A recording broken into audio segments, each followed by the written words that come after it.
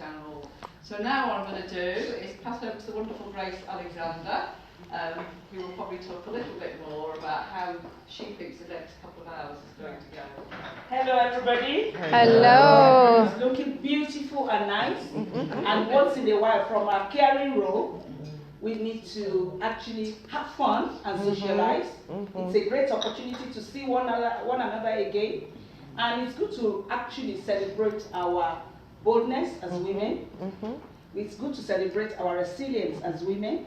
It's good to celebrate our courage as women, because it's not. I'm not the one living with disability, but my son lives with disability, and that's the inspiration for actually doing this. Because most of the time when they're doing International Women's Day, they don't celebrate us or women living with disability. So we are women and person first and foremost. So our children's disability, our living with disability does not actually define who we are.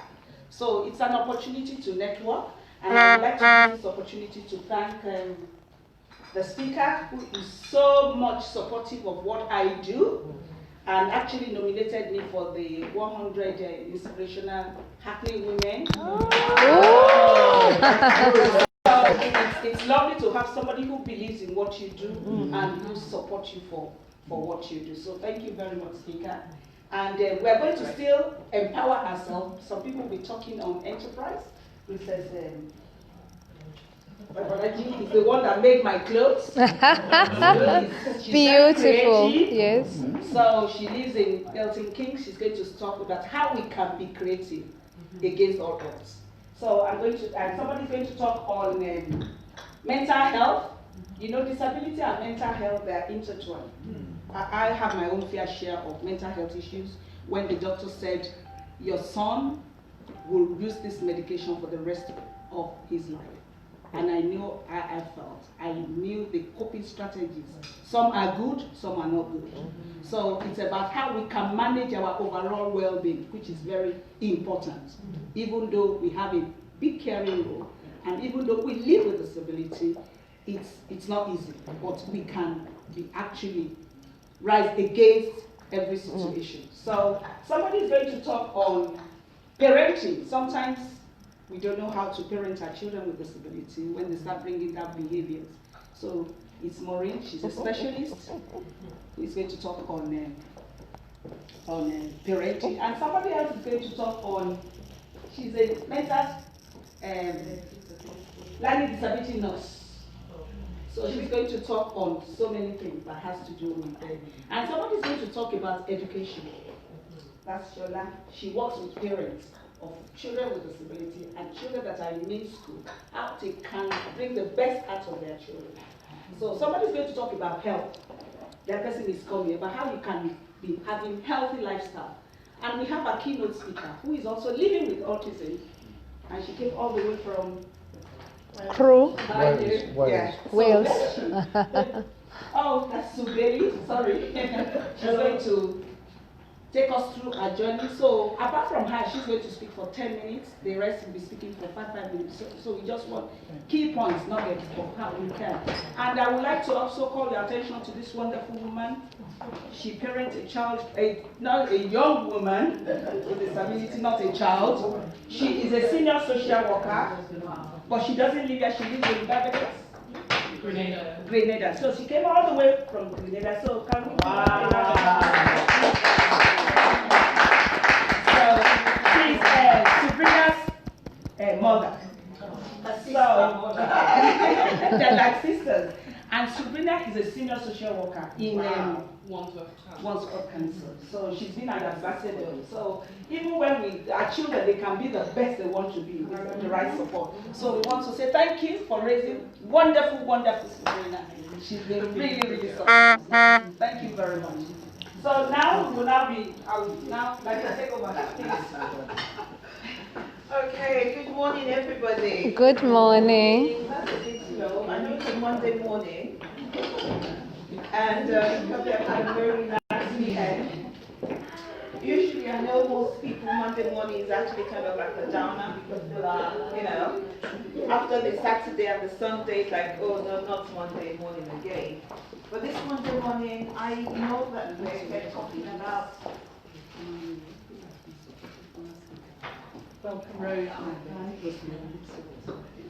Okay, I've been asked to recognize a former speaker and also, I believe, Former Speaker of Hackney. former Speaker of Hackney, Margaret Rose, Councillor Margaret Rose.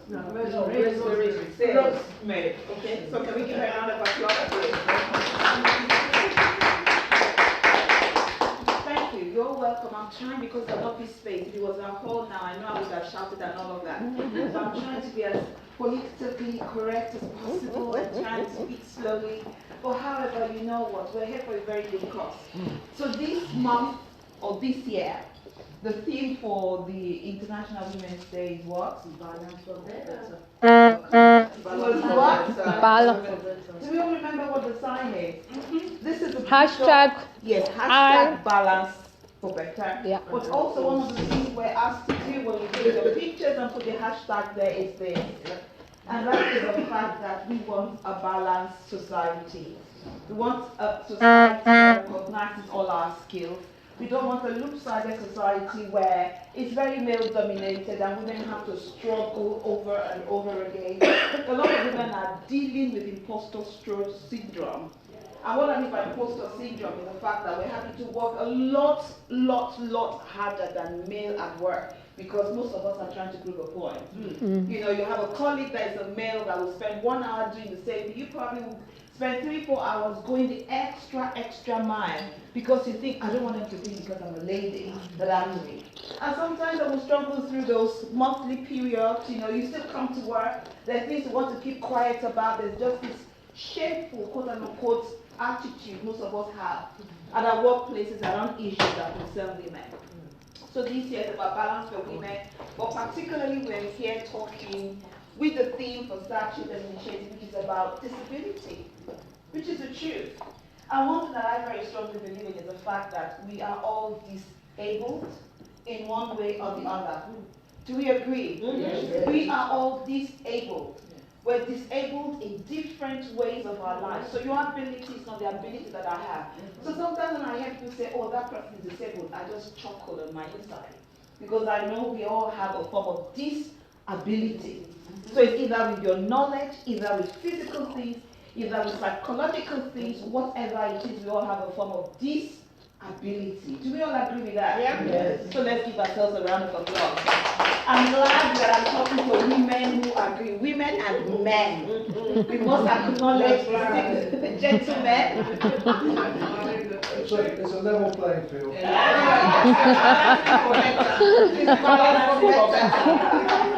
also acknowledge the gentleman. We acknowledge the gentlemen. But we're going to have to take a Fifth Amendment on this occasion because most of the things we're talking about are very, very female-oriented and talking about disability and women.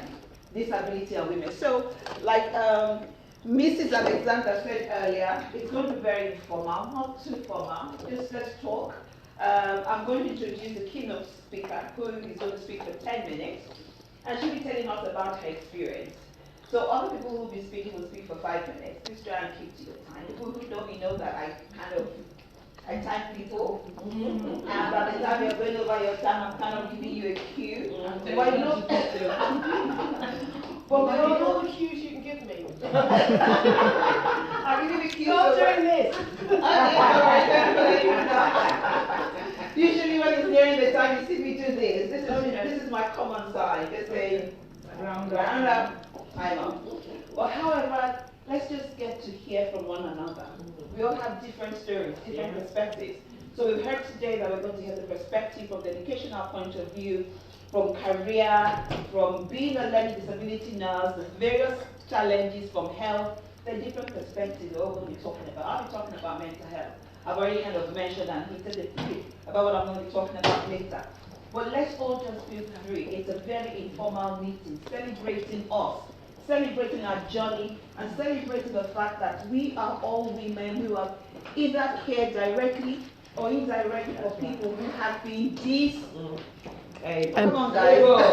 Disabled. Are we together? Yes. Yeah, let's celebrate our disability. Let's celebrate our disability. Again, let's celebrate our disability. Thank you. So we are all disabled in one form or the other.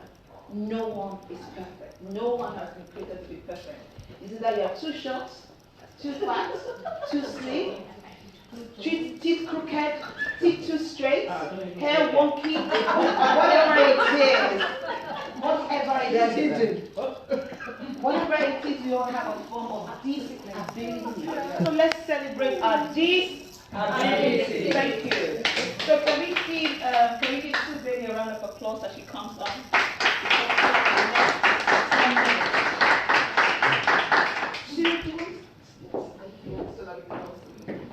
Okay. And breathe. Welcome. Yeah. Ladies and gentlemen. Yeah. Okay. So, as I was walking to the bus stop this morning, I was looking for an opening phrase. And there was a young lad walking down the road with an answer phone, talking with things in his ears, gibbering away. And he was obviously speaking to the person on the other end saying, it depends how you want to be remembered. How do you want to be remembered? I thought that's the opening phrase. So, I guess how I want to be remembered and why I spend over 30k of my own money on credit cards to learn different skill sets so that I can deal with the neurotypical world, being a neurodiverse individual. And I was mute as a child. I was somebody who, if that door kept opening and shutting like it is now, I would start getting twitchy, as I am beginning to now. How many more people are coming in? And I would go under that table and hide. And I would sit there and I would clap the strands of the tablecloth. So if you went back 60 years and found that tablecloth, you would find little strands plaited. So how did a mute child get to the point where she's standing here? Wow. Give her a round of applause. So, Thank you. essentially,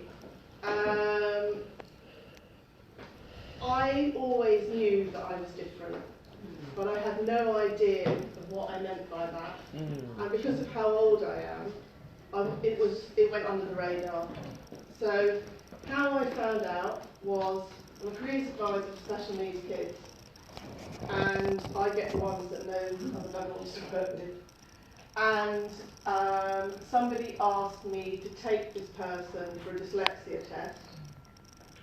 I couldn't understand why they needed a dyslexia test, because whenever they were in my presence, they would ask for a piece of paper and they would just download writing. They would just be scribbling and scribbling and scribbling and scribbling and scribbling. So being asked to take them for a dyslexia test was a strange thing. However, in that test, they couldn't string the two words together, and they insisted I did the test. So they came out with dyslexia, I came out with something called non-verbal learning disability, and not many people know what it is. It's often compared to Asperger's, although it isn't the same. And people in Europe and America know lots about it. People in the UK know very little about it. So when I got the diagnosis, I crashed and burned. And I thought I was going to lose my husband and my job. I didn't know how to tell anybody. I felt shame. I felt all sorts of things. And a dear friend suggested that I went to a Steiner hospital. It isn't really that. It's a place where you dance, you paint, you have listening therapy, you lie on hot beds of warm wax wrapped in a duvet. Things happen to try and help you deal with the status quo. So I did that, and in that time I did my first painting, I did my first movement stuff, and I realised that if I could move and paint, I could find that inner child voice that I lost when I was 3.5. due to a traumatic event. So, I decided, first of all, that I was going to learn who was this thing called me. I wasn't what everybody was telling me. I now had this thing that nobody knew anything about and nobody had bothered to tell me. So, okay, I'm not going to be defined what everybody else says. I'll go on a journey. So I trained as an interfaith minister and a spiritual counsellor, and doing that, I learned my own ethics and values. As somebody who's in the autistic spectrum, I'm very open, there's no filters. So what that training did, it sent me out to the stratosphere. So then I had to learn to get back into my body. In doing that journey and learning how to be grounded and embodied, I realised that I had never been in my body. And as somebody has told me lately, because they see stuff, that I'm not completely in my body, but I'm sort of overlaying my body, and I'm probably 80% in and 20% out. But they swear that when I was a child, I would have been just sort of attached to my body, almost, not in it. So once I was in my body, I was in this carcass, and it was like, oh God, is this the only space I've got? You know, it was like, I can't function in this amount of space. So I had to learn how to change how I thought, felt and sensed the world. And I did that by training to be a NIA teacher. And NIAs was started by a lady in the States. It's a mixture of dance arts, healing arts and martial arts. And in the summer I'm doing my black belt, which isn't bad for somebody that didn't know where their body was. That then made me consider how to be more mindful, and so I tried meditation and sitting with little me and stuff, and that is not where I'm at. I'm too hyperactive for that. So I learned to do chakra dance, which is, it's body movement without choreography. So you do it in a dim lit room, you have your eyes either closed or inwardly, introspectively, you're being introspective, and you move through 7 different layers of music, and each one will make your body react differently just because of the vibrational level it generates. And then you paint, or you doodle at the end, to capture the energy that you created in the dance. So that then got me into thinking, oh, we're back in the art world again. Oh, that's interesting. So, okay. Then I trained to be a body therapist, because I wanted to be able to join it all together. And then I trained to be an artist in Hawaii, and I've just been given a guild membership, having never picked up a paintbrush, and created my own book of my portfolio. That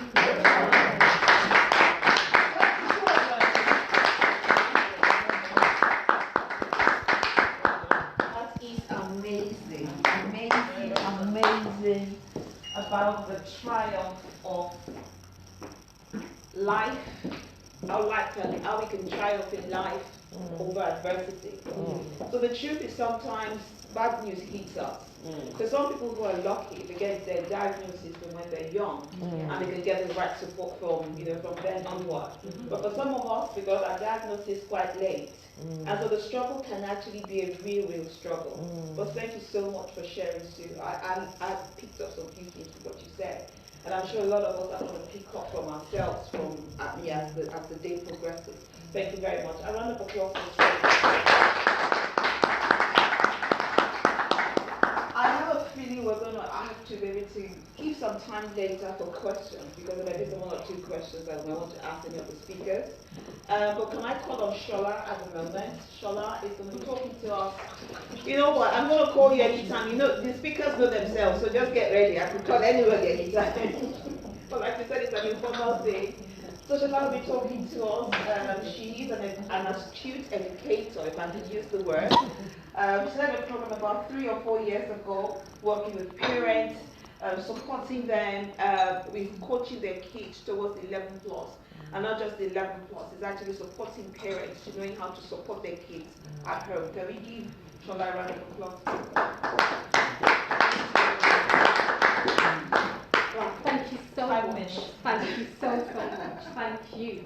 So I'm just going to go straight to the point. Like my big sis here has introduced me. I am an education consultant. I have been in the education space for a number of years, and I have worked with quite a number of children over the years whilst being in the education space. So I'm just going to try and get my notes because I am prepared. So I'll keep to the time because I don't want to be, shushed away, so I'll get another invitation next time. So, special needs or needs of our children. I remember when I started out the training a number of years ago, and we had to go through the different stages, or we had to go through the different departments. And I remember when we got to the department where I'd have to sit in with the SENCO, they used to be called back in the day, and we went through all the different ranges.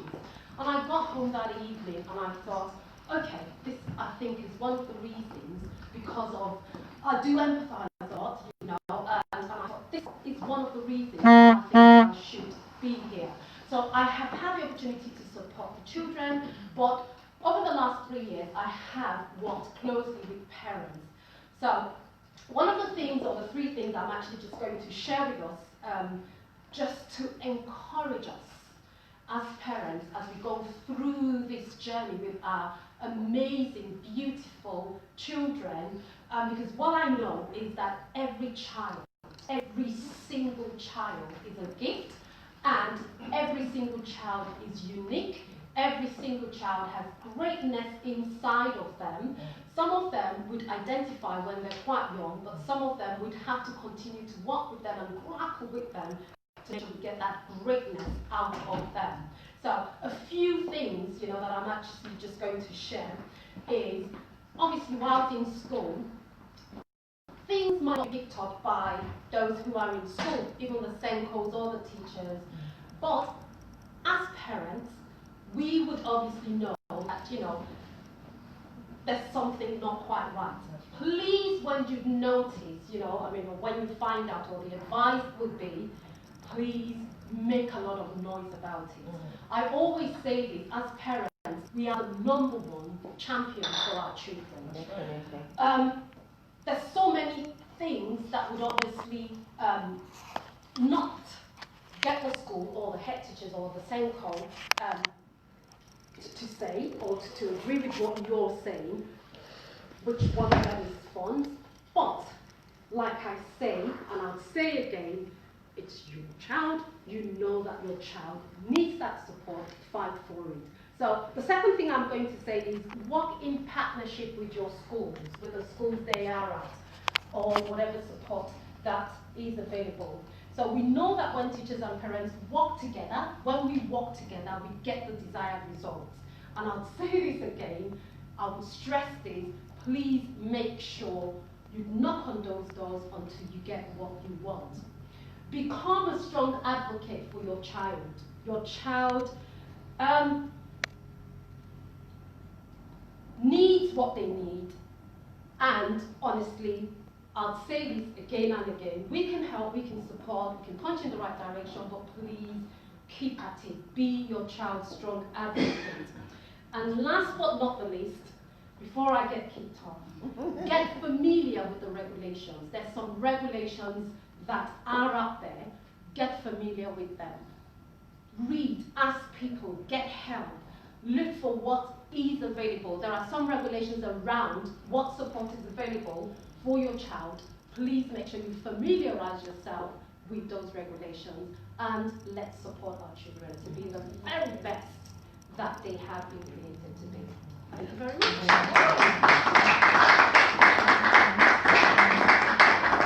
I'm definitely going to invite her again. Keep to time. I like people who keep to time. And she's obviously set a very good pace for the next people I'm going to be invited. But one quick thing that she said that I just thought from the legal perspective, because I'm a lawyer as well, to add to it is that sometimes you need to get an advocate. So, because I do know that because of a lot of courts we have in the local authority, with the schools and all of that, you do need to advocate a lot more sometimes. So you need, the more the voices, the stronger we are. We're going to recognize, we're just quickly going to recognize she's a former mayor. This is actually homecoming for her. A former mayor of Hackney, and that is Councillor Fodashade Bright. Can we give her a round of applause? Okay. So I'm going to call very quickly now to Mrs. Maureen. Hey. Yes. I have a feeling it was going to be me. Oh, you did? Maybe because I'm going anti-clockwise. Can we give her a round of applause because that's 5 minutes? She's going to do I'm a reputation for keeping my time. So thank you very much for having me. Auntie Grace, as I call her, she's actually my cousin. But you know, in our Nigerian culture, everybody's your auntie. They're even 6 months older than you, they're your auntie. But she's a lot more older than me than that. Anyway, so cutting through the chase and coming straight to the point. I've been asked to speak on parenting. And when I looked at the poster that Auntie Grace did for this, she says, celebrating the courage. And so my little time here is first of all to acknowledge the courage of every parent here. So please give yourselves a round of applause. Thank you. And to celebrate that courage, because as a parent of 2 boys who are not classed as disabled, but like my sister has said, Lade, everybody has a disability. Thank you very much. Lately, in fact, yesterday night, I sat my son down and I was saying, look, we need to discuss what's going on here. Have you got any issues on your mind? And then he spoke about, being distracted and everything, and then we worked together to come up with a pact on how to control his thoughts and how to master when those distractions come in. And why am I raising this? Just like the educator has said to us, we need to work in partnership with our children. One of the things that, although I didn't study psychology, I've always been very interested in how the mind works. And if I didn't study English, which was my first degree, I would have done psychology. I'm always interested in what goes on in people's minds.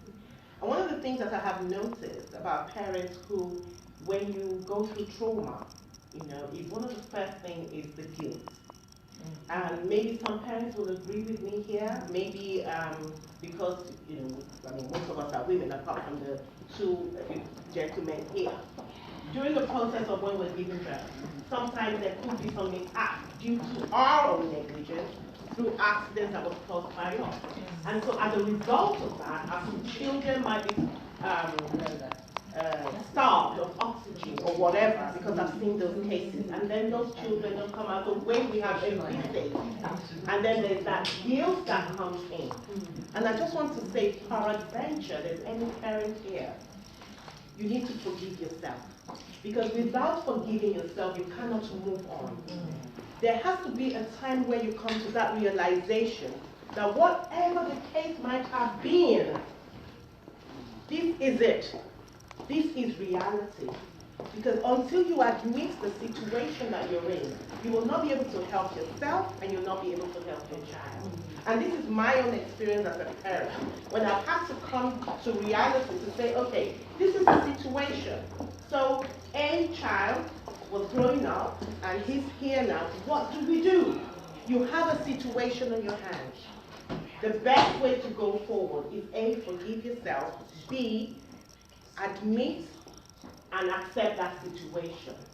And so, because I've been given my cue that I have to round up, again, I want to celebrate all the parents here and just encourage you. You're doing a great job and continue to be the champions of your children.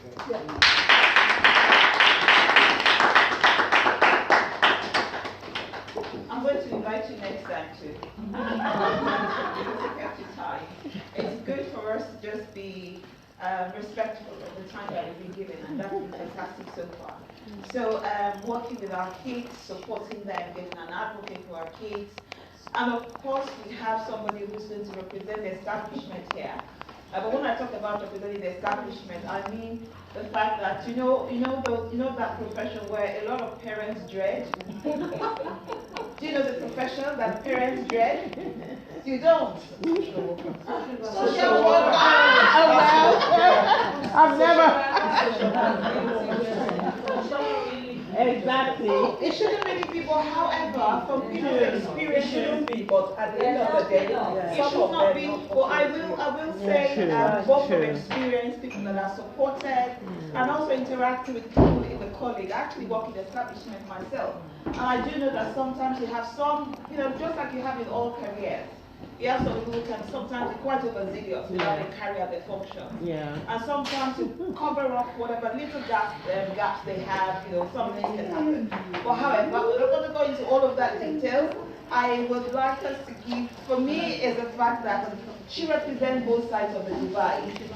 So she's part of the establishment, and she's also a disabled, just like we're all disabled, a disabled person. Can we give a round of applause as Sabrina comes up?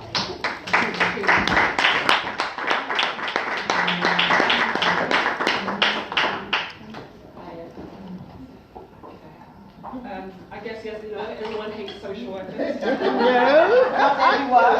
I love them. Most people, they say social workers take away people's children, and that's all they do. That's not what we do. My story into social work is I'm a woman with dual physical disability diagnosis. I've got spina bifida holter, which I was diagnosed when I was about 8 or 9, and a rare condition called CIDP, which it's called chronic inflammatory demyelinating polyneuropathy. It will give you a long word. Which I was diagnosed when I was 23, my second year in university. What I've learned with my condition is the capacity to manage change. Because my condition is a degenerative one. So every year or every day or sometimes a couple of months, you realize there's something you could have done before that you can't do now. And instead of having that kind of mindset where you start to go in the corner and cry about it, it's about, yes, this has happened, but how am I going to deal with it? What benefits do I get from the condition? What I've realized in social work is that actually being disabled for me is a benefit for my profession. I work at the moment as the acting duty manager of a disabled team, 0 to 25. Before that, I've always worked in the disabled profession, and what you find often, people on the phone will talk about the condition, and like, you don't understand, you're a social worker. Then I walk through the door and they're like, it kind of shatters all stereotypes straight away, because it's kind of like, oh, she does understand, because she's coming to me with her own disabilities, and it makes conversation a lot easier. They find that they don't have to explain things as much, because straight away I get where they're coming from, and they ask questions that other social workers wouldn't ask, which then gets a more holistic picture of their story. So I say my disability has been my benefit and my asset. Yeah. Because yes, it brings me weakness, but it also brought me strength. I also say that what has helped to empower me is that I'm someone that's raised both here and in Grenada. And the mindset in Grenada is very different to education. It's all about how much did you come into tests, did you study, did you do exams, if you fail, your parents got to buy a new book. Yeah, I didn't do it for my dad. I was a good child. But it's all about the benefits of education, how far education will take you. There were moments when I felt having the disabled diagnosis meant I didn't have to bother, because sometimes that is the mindset of the Caribbean too. That if you have a disability, don't try, don't bother, because you don't really have to worry about those stuff. But I started reading books about other people with disabilities that to me were worse off than I was, and were doing much more than I was doing. So it made me feel that if I can do just a little with the condition I have, I could possibly change the mindset to someone else that has a disability, someone else going through the same kind of battles that I was going through, trying to figure out where they fit within society or in the world. So for me, it was then I decided social work is what I was going to do. So I started from 15 and decided I was going to be a social worker. All the experience I tried to gather was within that field. I've worked with various settings with disabilities and non-disabled. settings where people don't think that you should be the one supporting them because of your disability. And you've learned to kind of show them, a lot of people, that yes, this is how I look and how I present, but I am more than my presentation.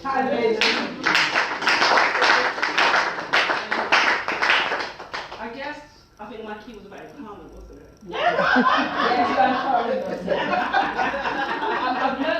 I've learned to kind of self-teach myself. So there's different situations you go through, and you do have the low moments. So you have to acknowledge that you are allowed to have the low moments. But it's about figuring out what happens next.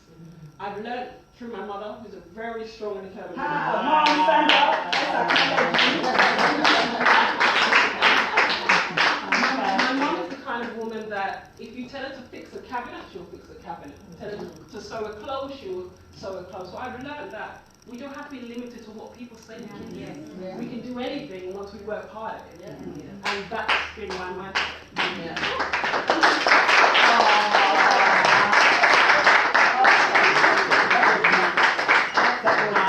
Wow. Yeah. Inspirational. Yeah. It's about the mindset, isn't it? It's about how you view things. Yeah. So I saw a picture recently, and some of us may have seen it, of these two people who were on a bus.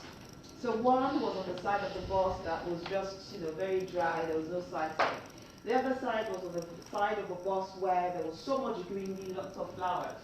They were both on the same bus, but one was facing a very dark place, the other person. So sometimes it's about our mindset, it's about how we choose. Because all that person that sat on the dry, dark side could have done was just to shift.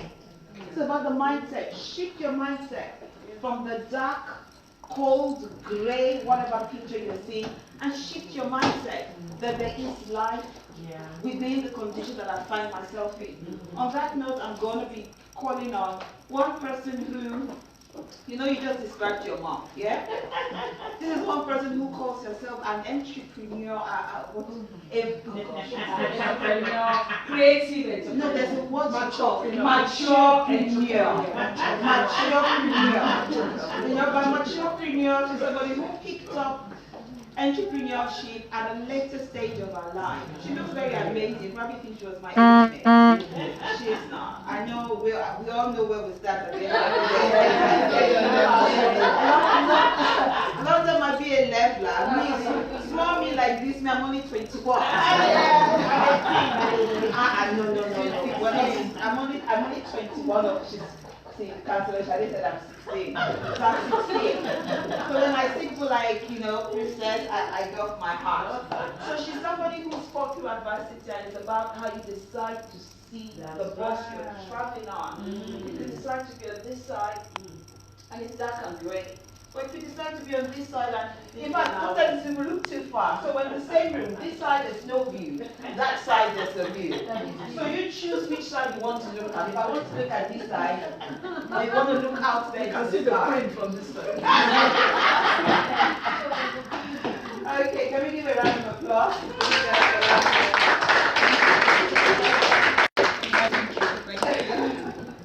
Hi everyone. Hello.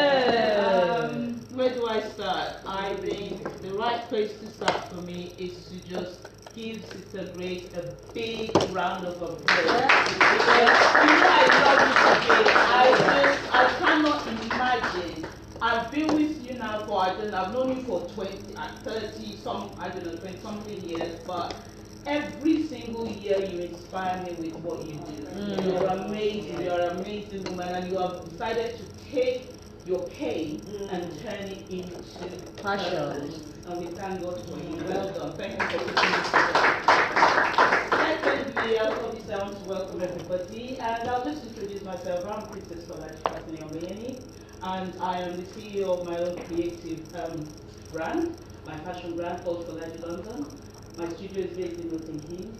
But apart from that, I'm also a qualified, registered, experienced 18-20 years teaching in the UK. I'm also a business analyst, and I'm a qualified management consultant, and I'm also a qualified IT consultant. Wow. But 4 years ago, I decided to follow my passion, because I've always made clothes. I know I have 5 minutes. I made clothes from when I was like 8. And while I was at uni, I also made clothes and went back and did fashion shows and stuff like that. So I always knew I was going to go into business. But when? I didn't know. So 4 years ago, I thought, you know what? If I don't do it now, and I did it at 53. Wow. So, I started Bolaji London, and lo and behold, within a year, I was selected to showcase my products at London Fashion Week on a platform for new businesses, a platform that supports upcoming brands. And that opened my eyes. It just gave me this confidence that, you know what, those people, those designers that walk the runway with their products are no different to me. I was in the back room with them, I saw them sweating, like I was sweating. I was like, really? If you're sweating, me too, I will sweat and I will do this. And you know what, it was the best thing I did. Because after that, I started getting support, I started getting inquiries for support, I started getting inquiries to share my experience, to showcase what I do. And that led me to think, you know what, instead of helping one person at a time, I might as well set up something that will help women. So I started Women in Creative Enterprise, an initiative that supports creative women. We encourage women to be creative, to enjoy their creativity, just for having fun, but we also support women entrepreneurs, creative women who want to take their creativity to the next level and make it an enterprise. We launched last year thanks to people like Latte, Kumi, the Grace, all the people that were fantastic and supportive. And at the event we had a convention, we had a conference, we had a gala night, we had 47 participant speakers, panelists, moderators. It was fantastic. And on the back of that, we started some projects. One of the projects is called Wise Mingle, and it's what it is, Wise Mingle. We bring together creative women to mingle, to support each other, to network, and to have fun. And one of the USP is you come in your head wrap and your pretty dresses, and you learn something new. You go away with something new. And why do we do that? We do that because we want women to balance for better. Amen. We want women to enjoy being creative, to know that they can gain financial freedom using their own creativity, to discover their own creativity and get themselves economic independence. And what are the advantages? I'll just quickly run through that. How long have I got? No, I'm not coming back. The advantages are that you develop confidence, you make something aesthetically beautiful and of value, you get financial freedom, you save money. Because instead of buying stuff, you can create something as gifts for people. You meet new friends. And you know what? The most important one, you get self-actualization, which is the highest point of Maslow's hierarchy of needs.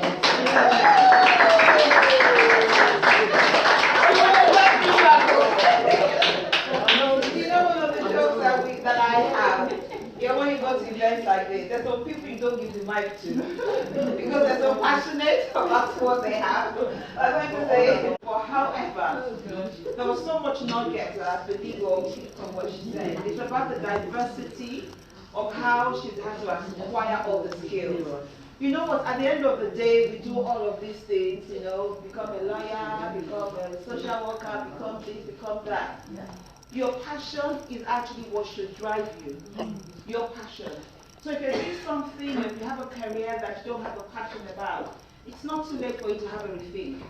You know what, because at the end of the day, how many years are we going to live? People like us are just 21 years old. Do something that you know you're passionate about. Do something that you are very passionate, because fulfillment is something that you cannot buy, but you can create it. So 30th next week Saturday, all roads lead to Milton Keynes. Okie doke. So we've had a lot of talk. We know we have very few minutes more to round up. I did say earlier that I'll probably take some questions because I think it's quite key. Because learning is not just all about being spoken to, sometimes about you being able to ask some key things. And I'll talk about networking later. You have to get better understanding because the people who have spoken, what you've heard from them is probably a 1 hour, 2 hour talk, but they've had to squeeze everything into 5 minutes. So that we can have some bit of interviews, I'm going to call on Lynn, who will be singing for us. She is of Norwegian.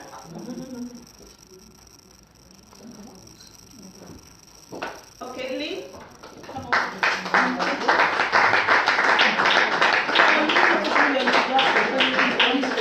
Yeah? Okay. So, it's great. You have more than 5 minutes. I'm secretly a pastor, that's the problem. But yeah, very quickly, my name is Lynn. I go under the stage name Lioness. Lioness or Igbo. I have been, I'm a Norwegian, I live in the UK. I will soon be Sierra Leonean to my marriage. So I'm going to sing a couple of songs for you today. But first, so I'm going to start with a very well-known Yoruba song that probably most of you know, and then I'm going to do one of my songs. Ọmọ mi ṣeun rere tí a dára o, ọmọ mi gbọ́ tèmi tí a dára o, ọmọ mi ṣeun rere tí a dára o, ọmọ mi gbọ́ tèmi tí a dára o, ìyá mi máa ṣeun rere gbàdúrà fún mi, bàbá mi máa ṣeun rere gbàdúrà fún mi. Tọ́mọdé bá hùwà burúkú wá ní ìyá rẹ̀ ló kàn. Tọ́mọdé bá hùwà burúkú wá ní bàbá rẹ̀ ló kàn. Ìyá mi fúnra tó dá mi láyé. Bàbá mi ti wá tó dá mi láyé. Ayé tí mo wá yìí kàn máa yá mi o. Ayé ni Ọlọ́run ṣe tì mí láyé.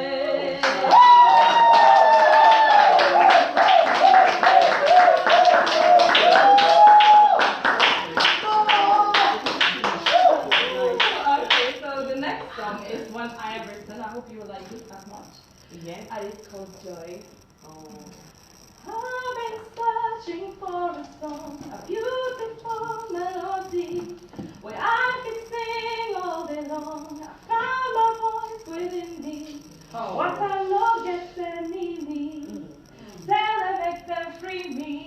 They want to hear my story, but I give God the glory. So I see the hot, the chop, and the go. Make you know my dollar for four.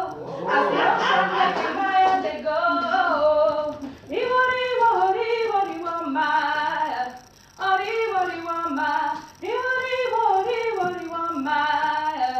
I am a stem and don't forget how you won my heart. Oh. So make you not forget how me and you start. Oh. So if I wrong you, no the para. Nobody hold it fast for the matter. No forget, say you be my lover. And I don't go place anything above you, my brother. And that's so.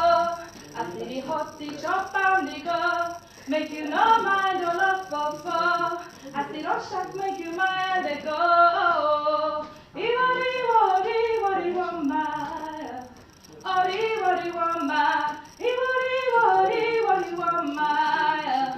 I am a semi.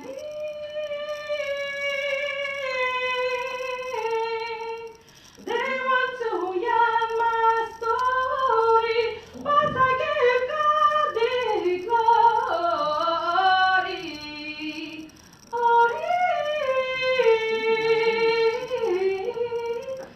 I've been searching for a song, a beautiful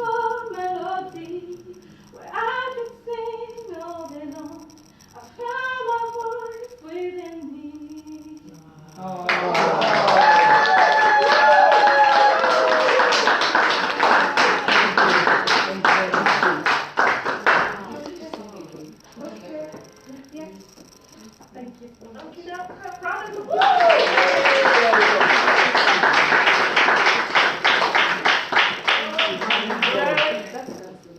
That is fantastic.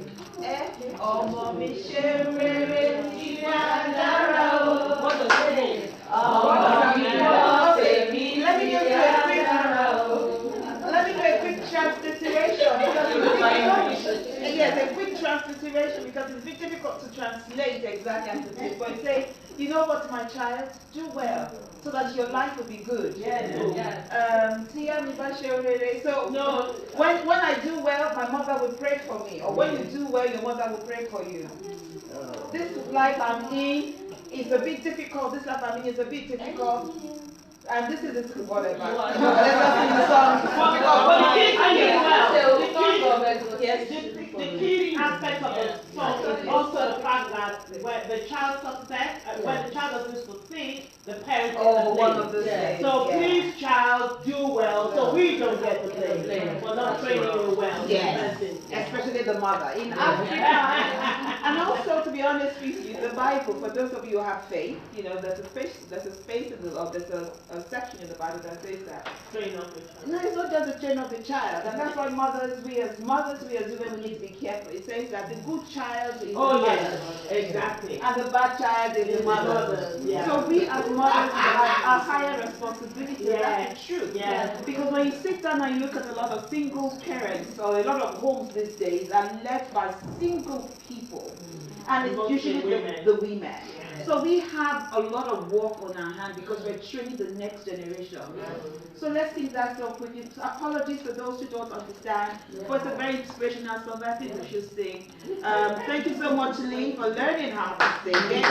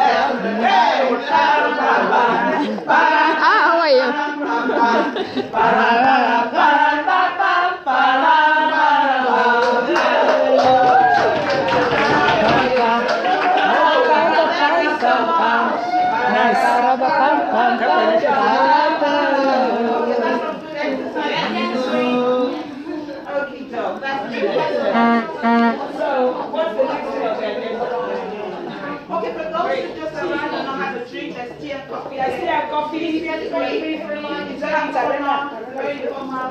Okay, so Tarina. Tarella. Okay. Okay. So I was settled down a bit ago and called her so that we can. Okay.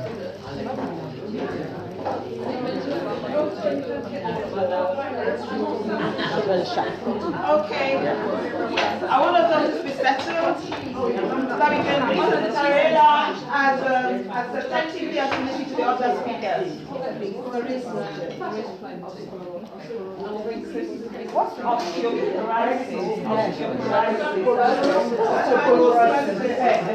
Okay, you get what I mean.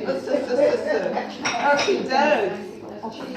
Osteogenesis. Okay, okay, you know what? Can we all just settle down so that we can respectfully listen to Tarella and Santi, who will be speaking to course on osteogenesis. They are different. Okay, can we give her a round of applause so she comes forward?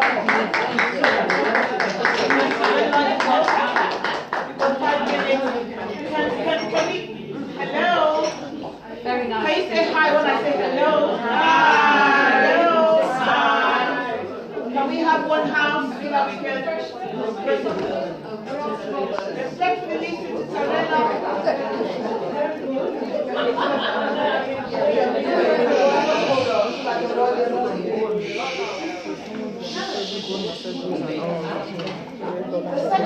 gentleman is going to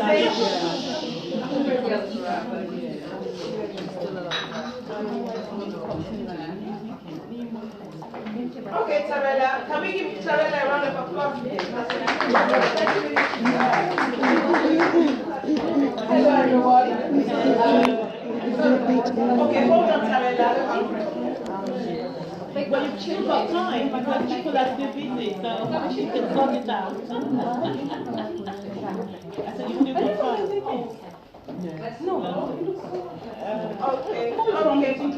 Okay, guys.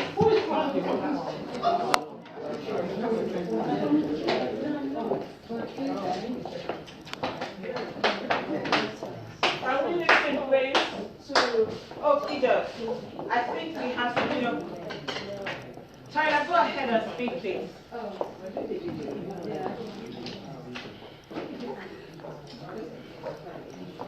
Hello everyone. Introduce myself. My name is Tarella Adansi. I'm originally from Nigeria, but I live here in the UK. And I run a charity called Osteogenesis Imperfecta. And I know that's jaw-breaking. So what it is basically is brittle bone condition. Anybody heard the word brittle bone? Yes. Yeah. So the medical name, medical term for brittle bone condition is osteogenesis imperfecta. Now, how did I end up running a charity for that with that condition? I am a mother with a child with brittle bone condition. My son is 15. His name is Steven, and I had him in Nigeria. So in Nigeria, when he was born 2003, there was nothing to tell us that he had brittle bone. All I knew was the pregnancy wasn't growing, and he wasn't really kicking. He was my second son. He wasn't really kicking the way he's supposed to, move in the stomach and all that. Finally, I had him, and he came out with. He was just like this. I like to describe it. He was just like this. Like a chicken or turkey when you bring it out from the freezer. That was how he was looking. And the doctor was saying, what when you're in Nigeria, they don't have knowledge about things like that. The child was immediately came out and was crying, and the doctor thought he wasn't very friendly with or the environment wasn't friendly with him, gave him a shot of injection, or nothing worked. Unfortunately, my child came out with 6 fractures. So that's what osteogenesis imperfecta is. When you have such kind of problem, the children tend to have, because the bones are very brittle, they tend to come out with fractures. So you have different types of brittle bone, but I'm not going to go into that now. As at this time, we don't in the UK and around the world, we don't even class them in types anymore because you have them up to type 20 or 30. So different types with different symptoms that you can see. And also, he wasn't really doing well. Thank God he didn't have the type 2. He's the type 3 of osteogenesis imperfecta. And to cut long story short, we finally came down to him.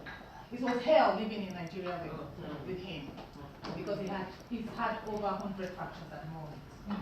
And we finally got down to the UK, and he was able to be diagnosed, and we started treatment with him. He's had 4 surgeries now. So I thought, going to the Brittle Bone Conference here in the UK, I saw quite a few Nigerians, and I was wondering, is this thing worldwide? Because I used to think I was the only one in the whole world that had this condition. So I was in a place of despair. I was in a place of darkness, deep, deep darkness. I couldn't really see anything beyond my nose. I could only see the person of me and the child always crying.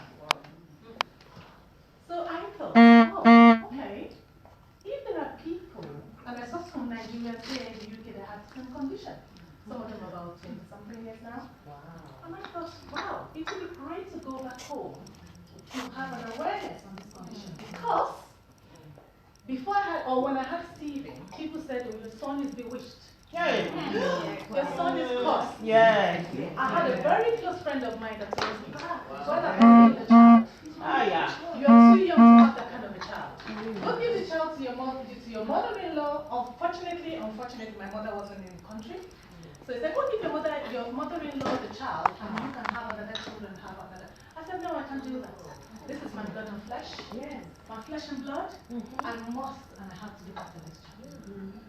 So at the end of the day, we came down here, had diagnosis, and I went back to Nigeria to start off the foundation called Osteogenesis Imperfecta Foundation, Nigeria, for children and adults with physical conditions. Less than 3 years now, and we have about 15 children. So we give out medication to those children. We support the mothers and the parents, and we connect doctors from here to with the Nigerian doctors to be able to support our children. Because Nigerians don't know anything about it. They're always giving to everything and so we call them together to do something together. And they are doing great.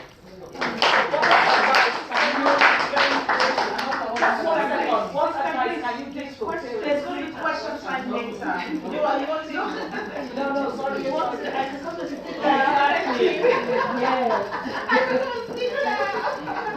Okay, very, very quickly. The last but not the least speaker, she'll introduce herself. Because you know what? I have to be a bit strict. You know what I said? Don't. See, can I just talk about talk about sit down. Okay? I'll do You know she's on the podium. You know the thing is, I was saying earlier that there's some two people you should not give microphone to. A pastor and who else? An MC. Yes. That's why you want to introduce her, because she introduced herself. But however, let's give a round of applause. She is actually on the final leg of her learning disability nursing school. Whoa. So if there's anybody here who is qualified to talk to us about disability, she's one. Yeah. Of course, we all are. Because like I defined earlier now, when we're starting, the fact that we all have a form of disability. None of us is perfect. We all have an issue. But there's some specialists, there's some specialists, and you need some clinical inputs to know how to put the IVs and how to run the pipe and how to run all of that. Can we give a round of applause? And she has 5 minutes. You know that song, We Are Family? I've got all my sisters. When you have some sisters there, you can be yourself. I'm free to be you. I'm telling you, you see the squabbles and the fights, and it's just part of the fun. The siblings, all the something. When I'm with this guy, I know it's going to happen. And today, she's always so excited. She will not even let you do what she does. Can you imagine?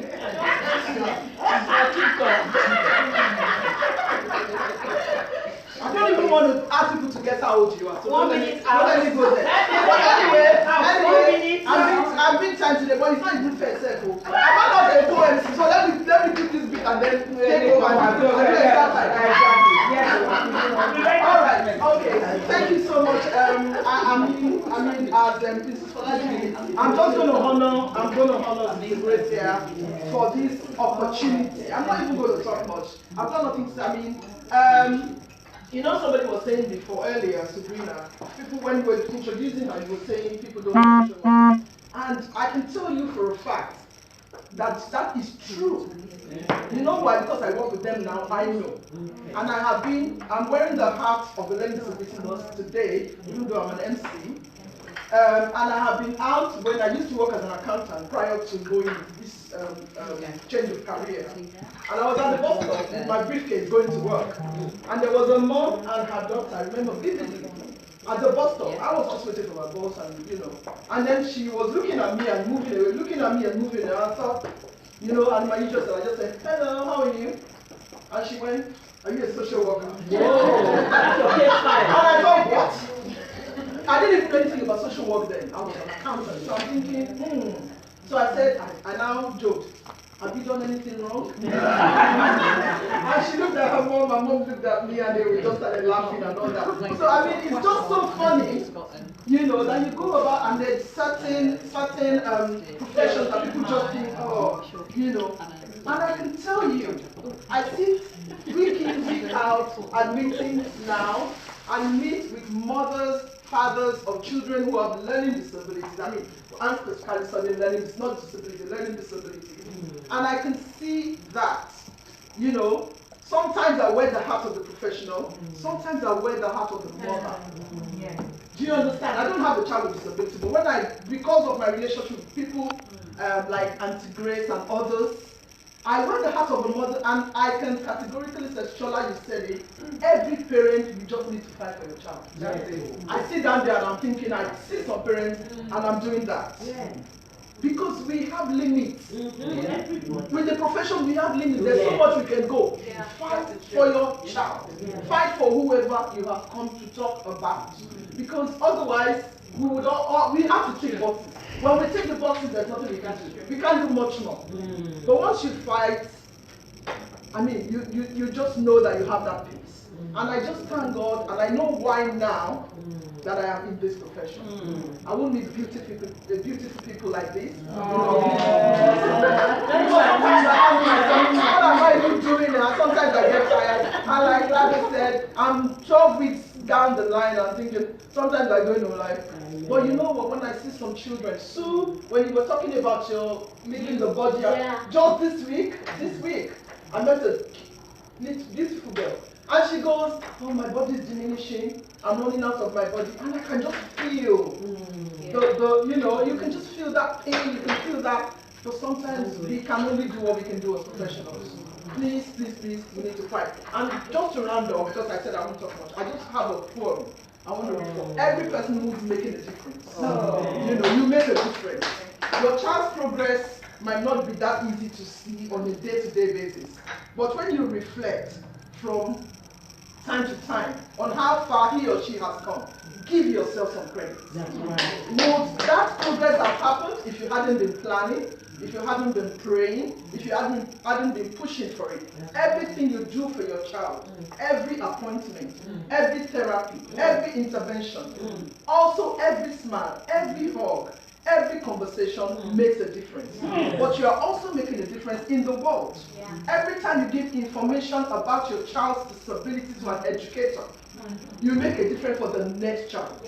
Every time you give advice in a support group or online forum, you make a difference for that parent and family. You are a force for good.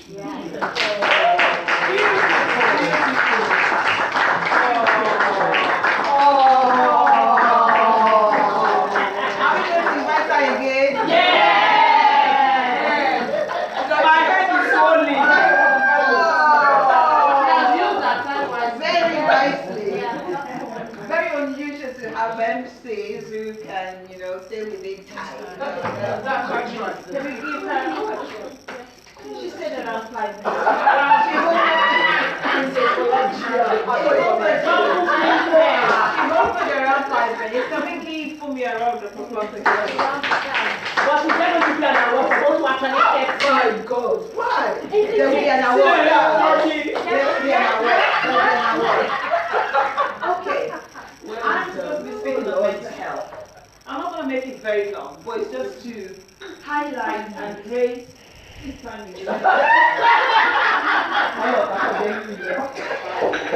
want to do that. Some people are in your case. Some people are in your case. You're taking 30 seconds. She's taking 30 seconds out. Okay, just a quick one.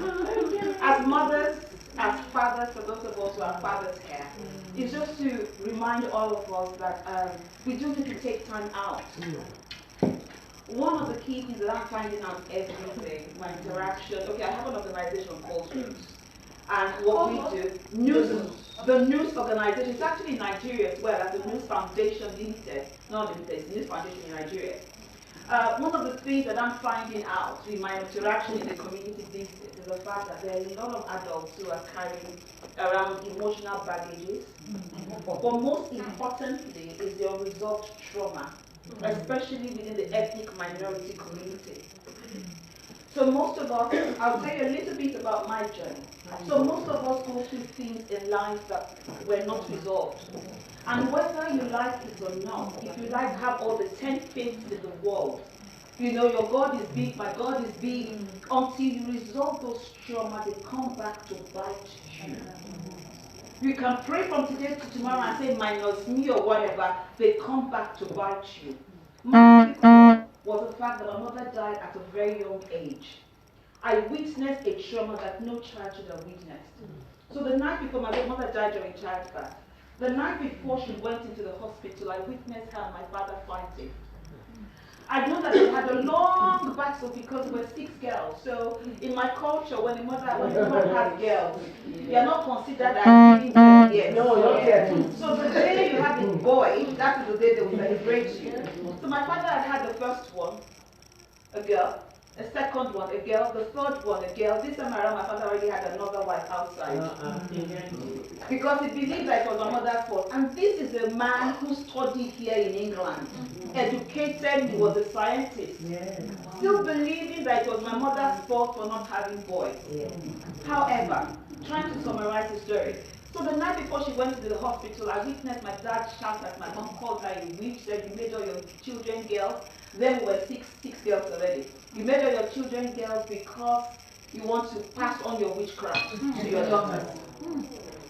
He said a lot of hurtful things to my mom. And then the next morning I wake up, I see my dad carrying my mom into the car, and I knew that woman wasn't coming back. I was 11. Wow. And that was one of the places where my trauma started. If I want to relate the journey, I would say there was probably a pre-birth trauma. Because when my mom was pregnant for me, I heard later that there were lots of issues that happened between my father and my mom. My father didn't. Normally in our culture, by the 8th day, they would do a celebration. They did not do mine. Because my dad, when my mom had me in the hospital, he sent somebody to go and find out, is it a girl or a boy? It was a girl. He wasn't home for the next 3 weeks. So there was a pre-birth trauma, and then there was a trauma. That affected me. It was not dealt with until I got into my 40s. I mentioned earlier about sometimes some of us picking up late diagnosis. There was depression lurking at the back of my head all the while in my life that affected my decisions, that affected so many things in my life. Why am I telling you my story? It's just to let you understand that as ethnic minorities, one of the things that we struggle with is identifying or facing or confronting issues that have gone on in our life. A lot of us, our religion, quote unquote, has not helped us because we sweep many things under the carpet. So you say, I've forgiven the person, but you have not resolved the issue. So we have a conference next week, Saturday, talking about mental health and faith. There is a very strong link between mental health and faith, because faith can actually help in your recovery, or faith can actually help in your destruction. That's the truth. There has to be a balance. There has to be a balance. And that's one of the things that I'm trying to say to us as ethnic minorities. Do not sweep things under the carpet. Trauma is real. There's what you call vicarious trauma as well. That is not something that you witness, but it's something that you've seen other people witness. So it's a combination of so many things that we as mothers and as fathers in the house need to recognize and deal with. Don't keep quiet about it. One of the things I say to people when they say, okay, you need to talk, but I always put a caveat out in that word. It's not just about talking, be careful who you talk to. That's right. So it's not just about talking. If you talk to the wrong person, it makes the matter worse. That's right. Go and speak to the professionals. I'm sorry to use this word, it might sound a bit harsh. There are a lot of charlatans, quote unquote, who are out there at the moment purveying to be mental health specialists, who are saying the wrong things to people. Please make sure you're talking to the right person. Thank you. Is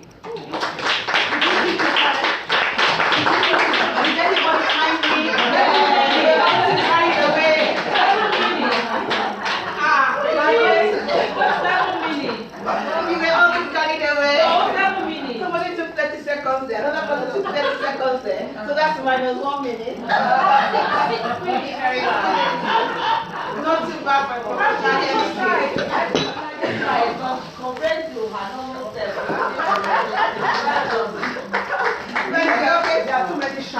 I will be saying. Okay, I'm going to call on the bureau. Okay, yes? Okay. I'm going to do this very quickly. Oh, yes. Yeah, it's like they, okay, have you introduced? Okay, introduce. Yes, I have. Yes. But if you want to just tell us more about yourself, is that you want me to play the drum roll before you come on? Maybe do it. That's fine. Hi, good morning, everyone. Good morning. Can we please respectfully listen to her, please? Yeah. Good morning, everyone. I'm sorry for coming. She's talking about lifestyle, healthy lifestyle, especially we know that children with disabilities, they usually suffer from constipation. So she's going to tell us how we can live a healthy life as parents, or if we have any child or anybody living with constipation, how they can what they can be eating. So she's going to discuss that. All right, yeah, she said it all. Good morning. My name is Deborah Kekero. I am a nurse, 20 years of nursing, and my specialty is really kidney nursing. However, as my major, I'm currently doing a master's in public health and focusing fully on disability. So, and on the background of that, it also has to do with food. Because currently working on my thesis, which is constitutional disability, learning disability, and how food can be used to manage that. What we're discovering is that there are so many issues with learning disability children, a lot that people know about, things to do with communication. The one that hardly gets spoken about is constipation.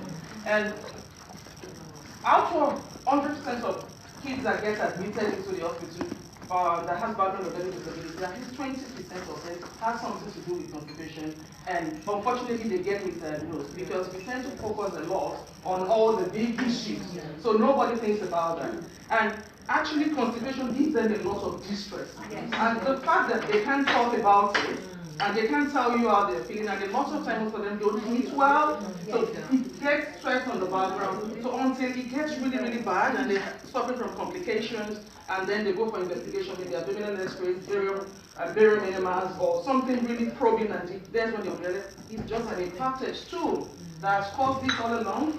And again, we're finding out again that you see children with disabilities or even adults, they are incontinent, and people just relate that to the fact that they have that disability. No, it was the constipation that actually started that. So if that's what, if you're able to pick that before it gets really bad, before you get to the point where the sphincters on the rectum are getting enlarged, they are bleeding, you can do a lot to prevent them from getting to that stage and to manage it before it gets so bad for both them and the carers taking care of them. Because now, because of the medications most of them take as well, there are so many reasons why people have disabilities. Some as a result of seizures, some as a result of back defects, some Down syndrome. If you know what causes the disability, Down syndrome, they have reduced muscle tone, inability to move around, they're not using their muscles as such. Yes, they can't actually open their oil like an everyday person. So as a result, you need to tweak their food from the very, very beginning. But unfortunately, we do not focus on that. For children that have seizures, we are in a way causing the constipation because of the medications we are giving them. Things like the anticonvulsants, the benzodiazepines to relax them. And sometimes when they have these behavioral issues and you class them as it's just being so difficult. And the next thing is they give you the diazepam or they give you the lorazepam just to calm them down. That relaxes all the muscles anyway, including the bowel muscles. Including the bowel muscles. So it's a major issue. In America, they came out with a statistic this year. 36 to 50% of their learning disability children actually have problems with constipation. That is 1 out of 2. So it's a major, major problem. Now what's the solution? There are so simple stuff that you and I take for granted. We always talk about increased fiber intake, increased fruits and vegetables. But the truth of the matter though is, even as people walking about presume to be normal and able, how many of us actually consume the right amount of fruits and vegetables every day? We don't. That's true. We don't. We have the 5-a-day campaign. Most people don't actually know. Just a year ago, the WHO changed the guidelines to 10 a day, and then America is talking about 7 to 13 varieties of fruits and vegetables every day. Japan went a bit further. They are talking about 17 every day. So you're joking. We've not done 5 a day. How much more 17 to 13? Now, if that is what we are going to do to maintain healthy lifestyle, we have not even started. Now, picture your mind to this child on the wheelchair. Maybe the one that has 1 or 2 carers. They are packing all their baggages. Do you actually think fruits and veggies? Yeah, but one really wants to pack. They don't even get to that point. Even if you have such a dedicated mother like my aunt here, all things about getting pureed fruits for the child, and then you're thinking about how you're going to preserve it on your day-to-day activity. It's hard. Let's face it. And I'm so glad Auntie mentioned something to do with stress and mental health. It's so enormous in parents and carers of people dealing with learning disability children. They get burnt out. And so when that happens, the focus gets shifted, and it's a cycle, it's a continuum. So how do we break that? Simple measures. Simple measures. It takes a lot of dedication, and it takes a lot of focus, and you must be ready to do it. And I'm glad and I'm happy that everybody I see in this room, they have that passion anyway. That is why we are here. So what do? Take it a bit further. Every hour or so, conscious effort, give 100 ml of water. If they don't like it, spice it up a little bit. Endeavor to puree the fruits and vegetables overnight. And they have lactulose, 2 softeners. It wouldn't cause them any harm. You have, give them the night before. It helps them. The next day, doing simple things like that. And in terms of fiber, they won't eat it anyway. I don't like fruits and vegetables. I'm not concerned with any disability. Make effort, always include that in their diet. Blend it, pre-cook it, encourage them to eat that. And if they're not, if you have to disguise it, find a way to get that in. And the last but not the least, there are so many things in the market these days. You have what they call the fruits and vegetables in capsules. Yes. They are now there. They are everywhere now. Fruits and vegetables in capsules. Some are made in jelly form. If it's the child that loves jelly, give them these guys fruits and vegetable capsules to chew it. It will help them to regulate the bowel. Open the capsules, pour in drinks for them to do, and it will save a lot of miseries. It will save the complications that come with it. Things like hypothyroidism that we don't talk about, constipation in any disability can lead to that, and there's so much of that in them as well.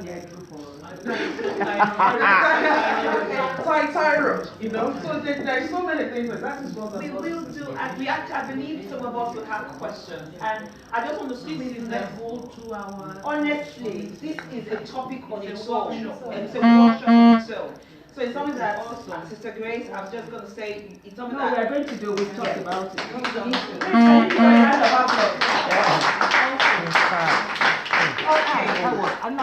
Thank you all so much. Can you give yourselves a round of applause, please? You've been fantastic, engaging. There's a fact that everybody has been carried along, very much carried along. I believe that 1 or 2 of us may have questions. Some of us are rushing back to work. So, but before we take the questions, because I think we may just all be sneaking out after the questions. We'll take photograph and cut cake. Can we give a round of applause to this amazing woman?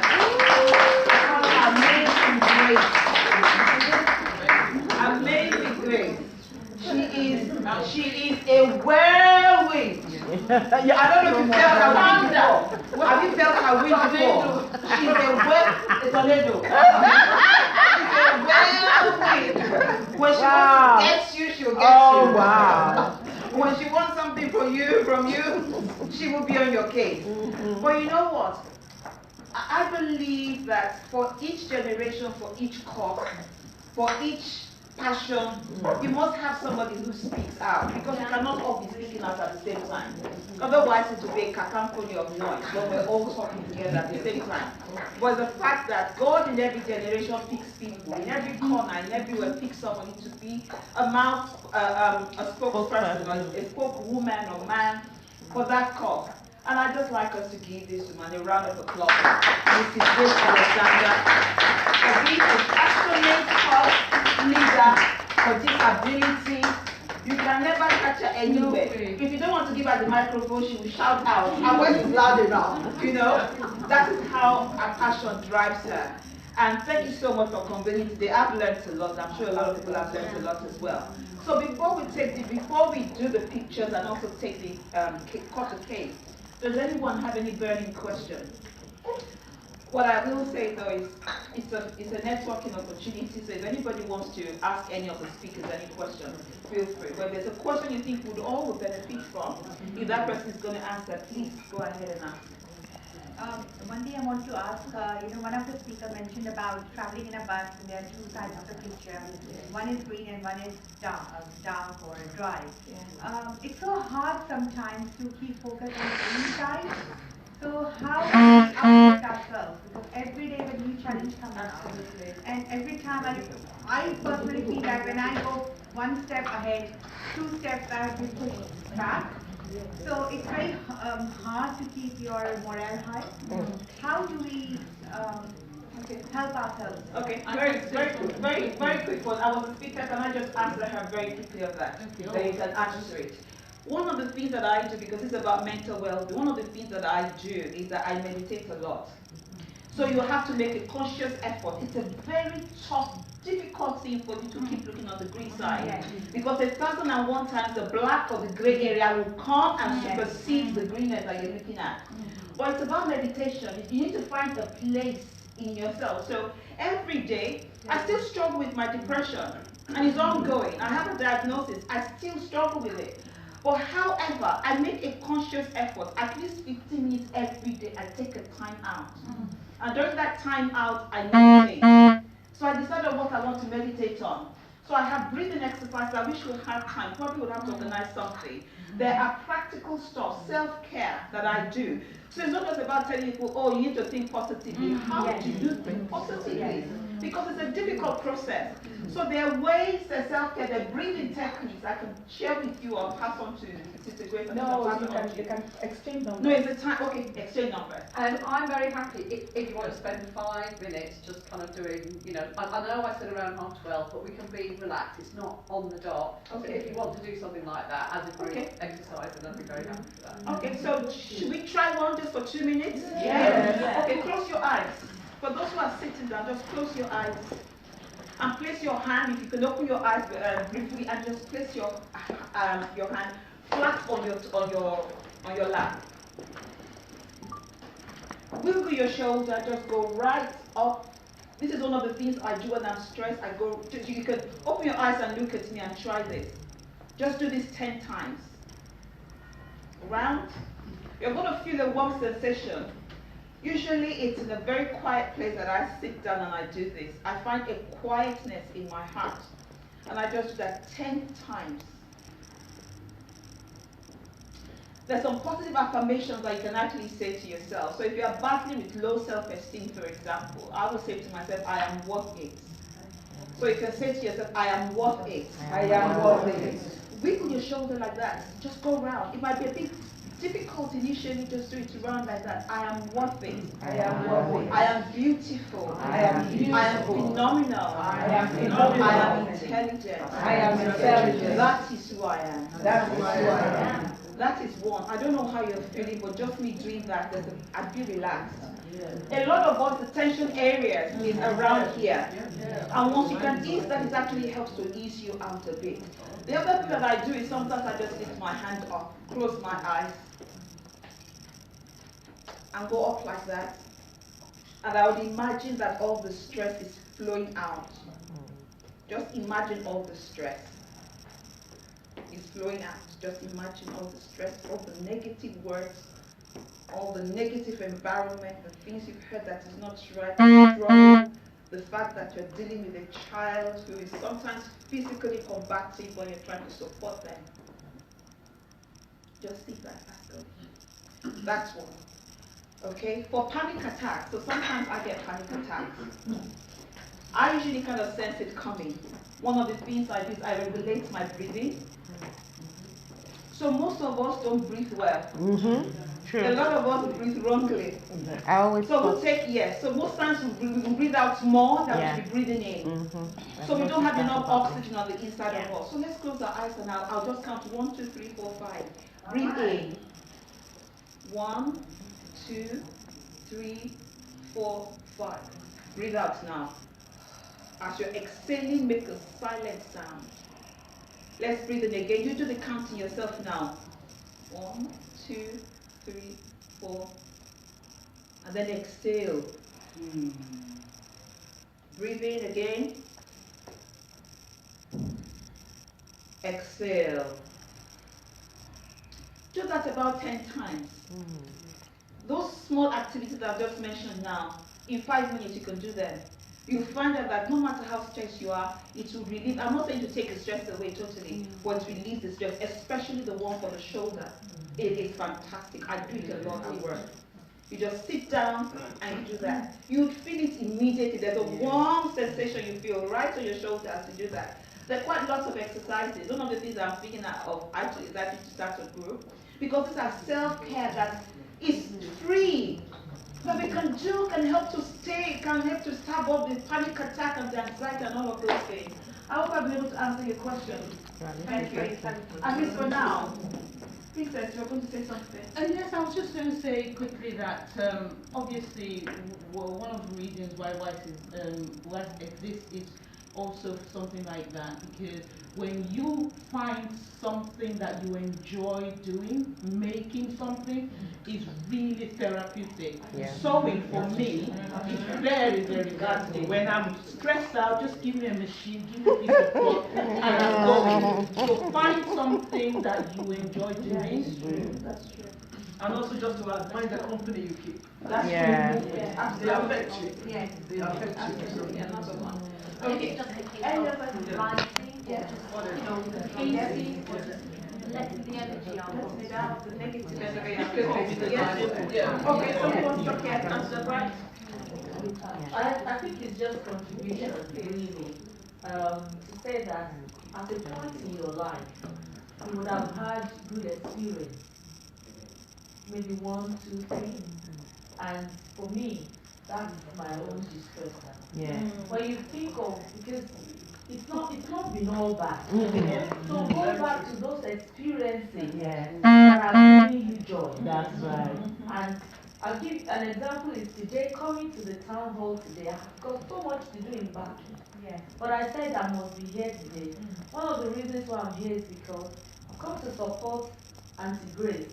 Auntie Grace is one person that when I see what she's even doing on Facebook, it gives me joy. So she's one of the joy that I see and wants me to continue in whatever I'm doing. I'm a community person. And she used to lay your hair. And that's one.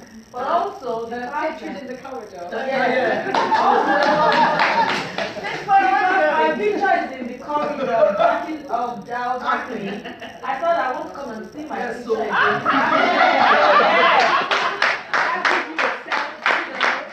Can I just say something? Oh, sorry. I thought you please finished. think Sorry. of what gives you positive joy. Yeah. That's it. That will be a stressor. That will carry you. Yeah.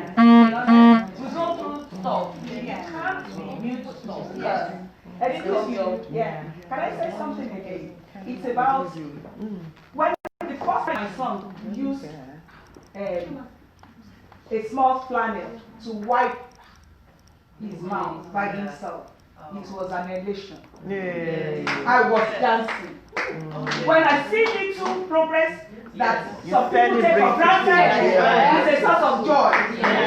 Even when my son just look at me and give me a hug, it's fulfilling. And I will tell you that for me, it's a mindset thing.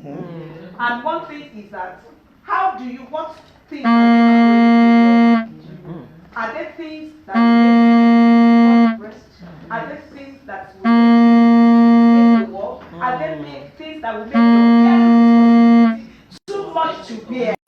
So for me, when I see that progress, little progress, I just shout for joy.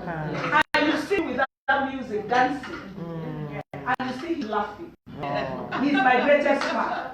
And you know what? The best thing is my son. He's not my only child, but that's the best thing. Because it changed my perception of what is normal. Yes, that's it. So it depends on what you see. And then that, because you have a positive mind, then you start whatever, the system makes it worse now. Yeah. You fight. And when I fight, that's when you get the best out of me for myself. That's right. I go the whole way. So as a parent, you must be proactive. You must be resilient. You must stand up because you are the only one that can protect your child's best interest. True. Nobody else. Yeah. And the one thing is that have a support system. People you can call. You people you can call and tell me that, you know what, this is what you need to do. You can call me anytime. I'm not, oh, I'm sleeping now. No. That is when I come out and say, because one thing is that we're a system and we don't need to support one another. So that's it. Thank you. On that note, we have to take a picture with this beautiful cake. There'll be the vote of thanks. I think we should do the vote of thanks before the So the vote of thanks is coming by Juliet. Can you come take the vote of thanks now, please, before we cut the cake? Because as soon as we cut the cake, it's going to be I enjoyed myself so much. Yes, we'll have you. Do not panic about time. We're all right. And at least all of. What do you want, the toilet? Yeah. Hello. This is a very wonderful moment, and I always like to start off by giving a vote of thanks to the person that has invited and made this happen. And I'll tell you what. Sorry, hello. Please, yes, I like the attention. Yeah. Thank you, yes. So it's a very special moment because we're not just here to celebrate, to celebrate Hackney, but it involves many people. And as you can see, we've got someone from Antigua as well, from Grenada as well. So I want us to first of all give a special thanks to Hackney for hosting this event. Hackney Speaker. Special thank you to all the love, to welcome us all from different parents as well, all the way to Baki with Kota, and how are we coming there? Right, all the way, give a round of applause. To recognize Councillor Rosemary. And then we got the speaker. Yes.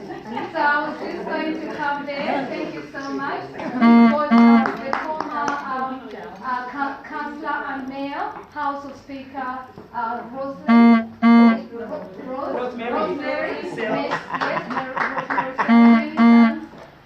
All the way from South Wales as well. Many thanks to Sue Bailey.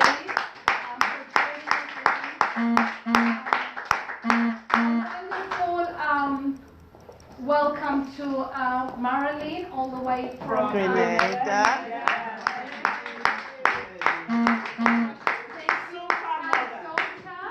Please join us here as well. Sabrina, many thanks for that. Shabash events organizer as well.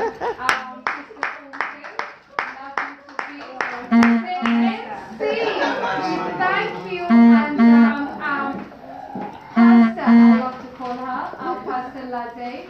We love you for everything, and of course the child knows. Shola, we thank you for your training. It's beautiful to meet you. We've got a relation here, Mora. She would lovely to meet you. Thank you so much to one of our volunteers here, Abundance Engineer David Renner. Many thanks, we appreciate you. And of course, Osteo, I couldn't pronounce that. Thank you. Osteogenesis imperfecta. Thank you so much for the work that you're doing in Nigeria and here in United Kingdom. To our wonderful nurse, we really are blessed to have you. And of course to the parents of every single person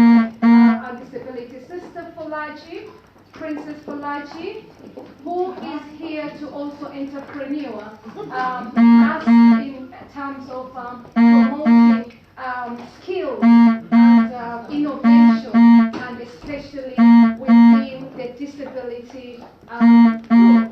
Let us remember the theme for this year is International Women's Day, Balance the Gender. And I tell you what, just a quick focus for that one line and sentence, which is, the focus for this year is balance for better. And another focus is, for this year, is to innovate. Girls and women, let us champion the people and people with physical, persons with disability. This is a group that is often left behind.